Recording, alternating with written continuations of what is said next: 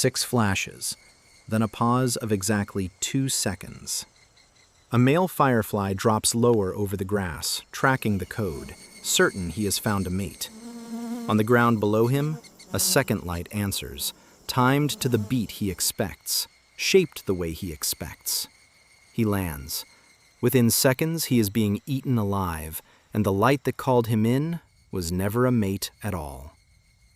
Fireflies are supposed to be the gentlest insects in the summer air, a language of soft yellow-green pulses that looks, to most people, like nothing more than glowing romance.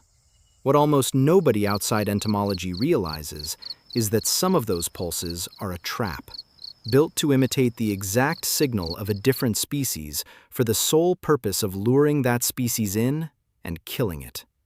By the end of this video, you will understand how one group of fireflies learned to speak a stranger's mating language fluently enough to fool it to death, and why scientists spent years assuming they were simply watching courtship.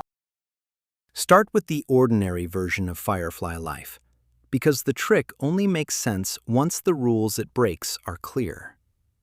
Most fireflies in the eastern United States belong to the genus Photinus, and their entire signaling system runs on timing, refined over millions of years to filter out every species but the correct one in a matter of seconds.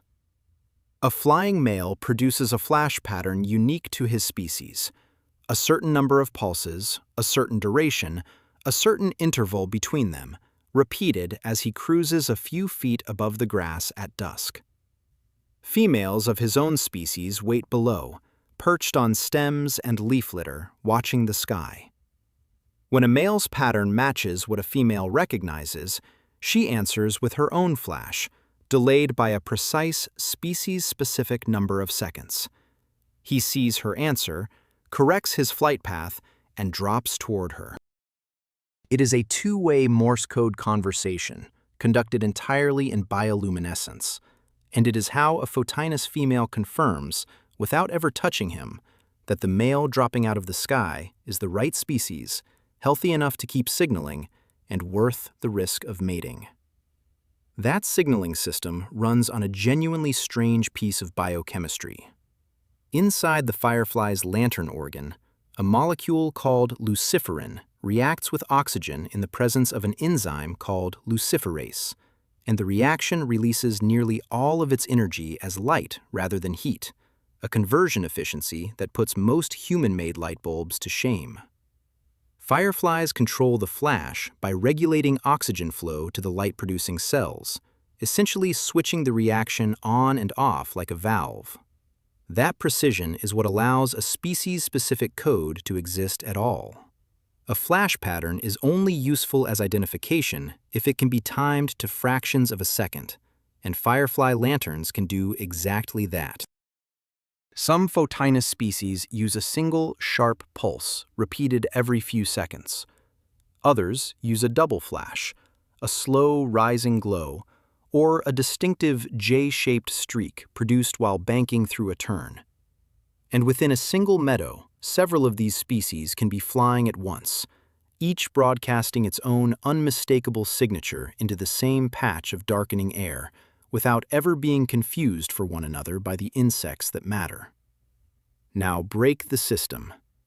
In the same fields where Photinus males are flying their identification code, females of a different genus, Photurus, are watching too. A Photurus female cannot attract a Photinus male by flashing her own species pattern, because he is not listening for it. So she does something else. She watches the male's flash, identifies which Photinus species he belongs to, and answers him with his own species' female response code, copied almost exactly.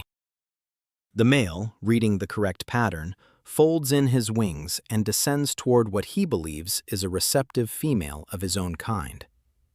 What he lands next to is a predator roughly his own size, waiting with raptorial front legs built to seize and hold him. There is a brief struggle, rarely more than a few seconds, and then she begins to feed while he is still alive, working from the softer segments of his abdomen inward.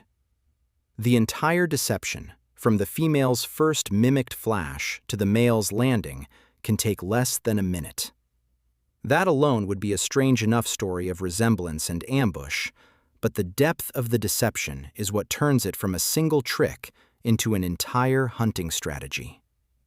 A photourus female is not limited to mimicking one species. Researchers have documented individual females switching between the flash codes of several different Photinus species within a single evening, adjusting her answer to match whichever male happens to be flying overhead at that moment.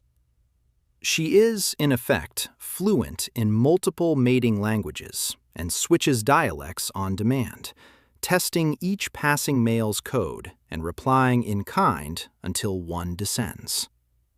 Entomologists who first tracked this behavior in the field needed years of patient flash pattern recording, stopwatch in hand, before they were confident they were watching predation rather than an unusually chaotic mating swarm. The man most responsible for untangling it was James E. Lloyd, an entomologist at the University of Florida who began cataloging Firefly flash codes in the 1960s. Lloyd noticed something that did not fit the standard courtship model. Photourus females were answering Photinus males with suspicious accuracy, and the males that responded to those answers were disappearing from his study sites rather than pairing off.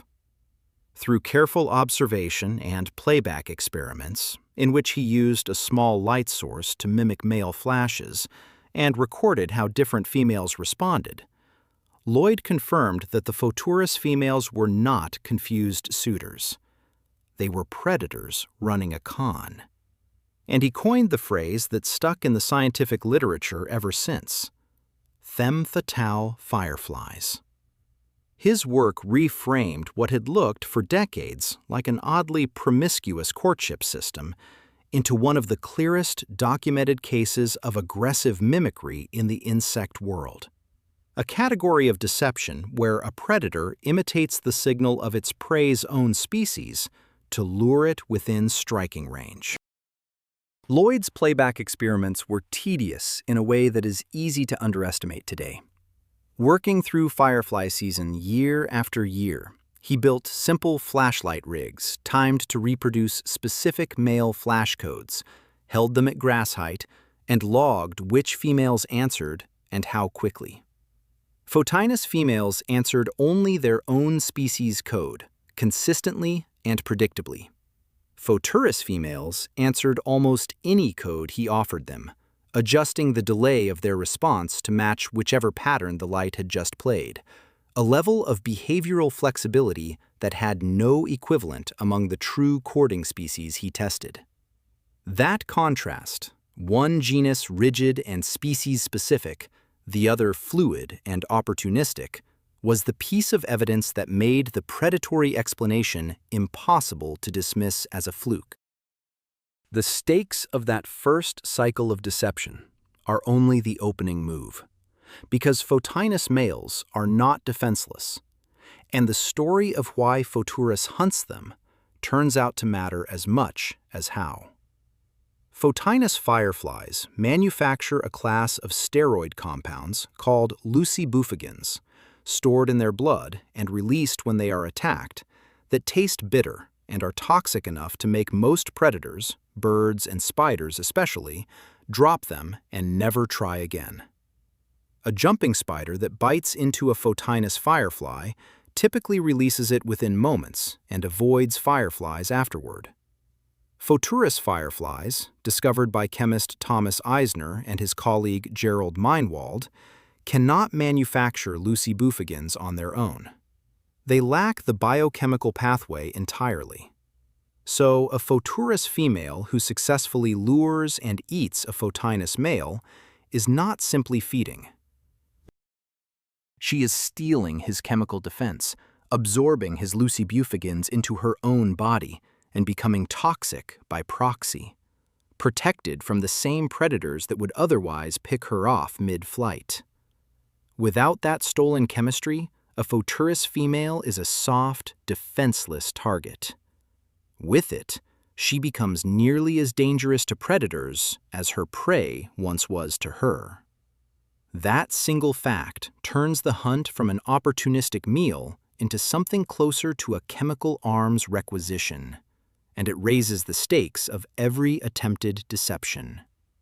A photurus female that fails to lure a male, or that lures one too small, too old, or already depleted of lucibufigins by a previous mating, gains nothing and remains vulnerable.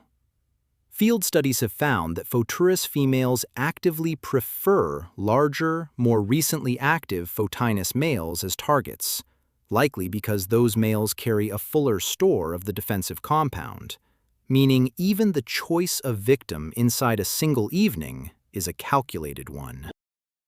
She is not eating indiscriminately. She is selecting for chemical payload.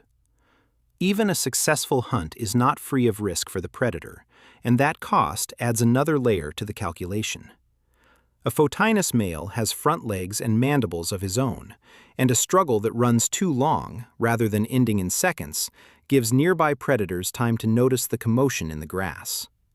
Praying mantises and wolf spiders hunt the same meadow edges at dusk, and a photurus female locked in an extended grapple with prey her own size is briefly as exposed as anything else moving in the undergrowth.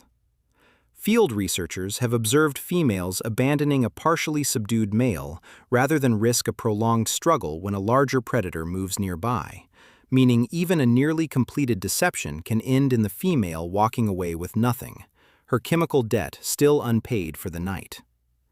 The danger, though, runs in both directions, and this is where the story escalates again. Male photurus fireflies exist too, and unlike the females, they do not hunt. They fly their own courtship pattern, searching for a photurus female to mate with, which means a male photurus is broadcasting a legitimate signal into the same airspace where deceptive signals are flying. Females of his own species can and do mistake or simply choose to treat a courting male as prey rather than a partner, particularly if her lucibufigin reserves are running low and a smaller, easier meal is more urgent than reproduction. A male photurus approaching a female of his own kind cannot be fully certain whether he is walking into a mate or a meal, and researchers have documented male photurus being consumed by conspecific females under exactly these circumstances. The predator's own courtship system is not exempt from the predator's own tactics.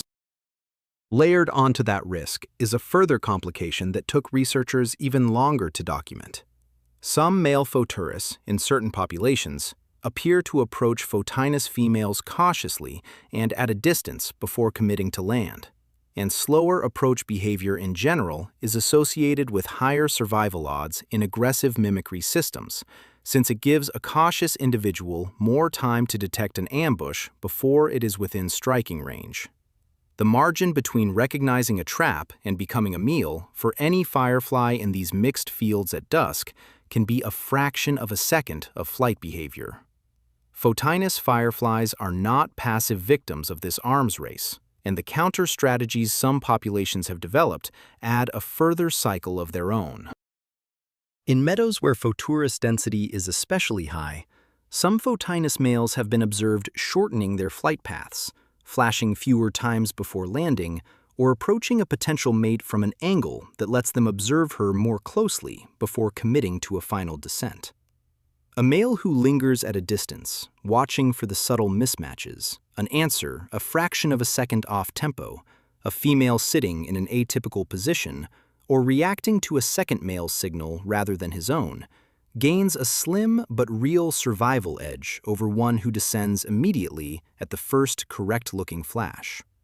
None of these behaviors amount to true recognition of the trap. A photurus female's mimicry is, in most cases, accurate enough to defeat this caution anyway. But the pressure is enough to measurably slow some populations' courtship tempo, a small evolutionary dent left by generations of males who did not survive to leave descendants because they answered too quickly. That dent matters because time itself is scarce for an adult firefly. Most photinus adults live only a few weeks above ground, the entire visible portion of a life cycle otherwise spent as a larva hunting snails and worms in the soil for 1 to 2 years beforehand. Every evening a male spends flying and flashing is a fraction of a total mating window that will not come again, which means every additional second of caution he adds to protect himself against a photurus ambush is also a second not spent finding a genuine mate before his short window closes for good. The deception does not just kill outright. It taxes the survivors too, forcing a trade-off between safety and reproductive urgency that would not exist in a photurus-free meadow. There is a common belief, understandable given how firefly-lit summer evenings are usually described, that every flash exchanged between fireflies at dusk is part of a courtship, two insects finding each other in the dark for the simple purpose of mating. That belief holds for the overwhelming majority of flashes in a photinus-only field. But in any mixed population where photurus and photinus share the same meadow, and across much of the eastern and central United States they do, a meaningful fraction of those apparently romantic exchanges are executions in progress. The predator's flash so precisely tuned to the prey's expectations that from a human vantage point on a porch at dusk, deception and courtship are visually indistinguishable. The only way to tell them apart is to know which genus is answering, and even trained observers historically needed controlled playback experiments to separate the two with confidence. Zoom out from the individual hunt, and the deeper evolutionary picture becomes just as strange as the trick itself. Aggressive mimicry, where a predator copies the signal of its prey's own species to lure it in, exists elsewhere in nature. Certain deep-sea anglerfish dangle a bioluminescent lure that mimics the small prey items their targets normally hunt. Some orchid mantises resemble the flowers pollinating insects are drawn to, ambushing visitors rather than pollinating anything themselves. Bolus spiders release a chemical scent that mimics the sex pheromone of female moths, drawing males close enough to strike with a single sticky thread. But the firefly version is unusual because it operates entirely in a channel, flashed light in a precise temporal code that evolved for one purpose: mate recognition, and has been hijacked for the opposite purpose: predation, using nearly the same signal grammar the prey species itself relies on to survive and reproduce. The photurus female is not inventing a new form of communication. She is speaking her victim's own language back to him, tuned closely enough that his own recognition system, the very mechanism natural selection built to keep him safe from mating with the wrong species, becomes the exact vulnerability that gets him killed. Zoomed out across generations rather than single evenings, that same pressure becomes an arms race rather than a single evening's caution. Deception refined on one side, wariness refined on the other, neither ever quite winning outright. The meadow at dusk, glowing gently to a human eye, is functioning as an active battlefield of signal and counter-signal, sharpened over countless generations on both sides. What ends when the flashing stops for the night is not a single story, but thousands of overlapping ones, playing out across every lit field in reach of both genera. Some males found real mates and are gone from the grass, paired off and finished with the season's courtship. Some are dead, consumed within the hour by a predator wearing their own species' signal like a mask. Some photurus females carry for the first time enough stolen chemical defense to survive the birds and spiders of the coming week, while others who gambled and lost remain as exposed as they were at dusk. And some males, the cautious or simply lucky ones, flew the gauntlet of mixed signals and made it through untouched, carrying forward whatever trait let them tell the difference in time. None of it looks different from the outside. The light is the same soft yellow-green either way, drifting over the grass long after the individual dramas beneath it have already been decided. Each flash a message that might mean survival or a message that might mean the last few seconds of a life. Indistinguishable to anyone who does not already know the code. And the fields will fill with exactly the same light again tomorrow evening, carrying the next round of the same ancient negotiation between hunger and desire.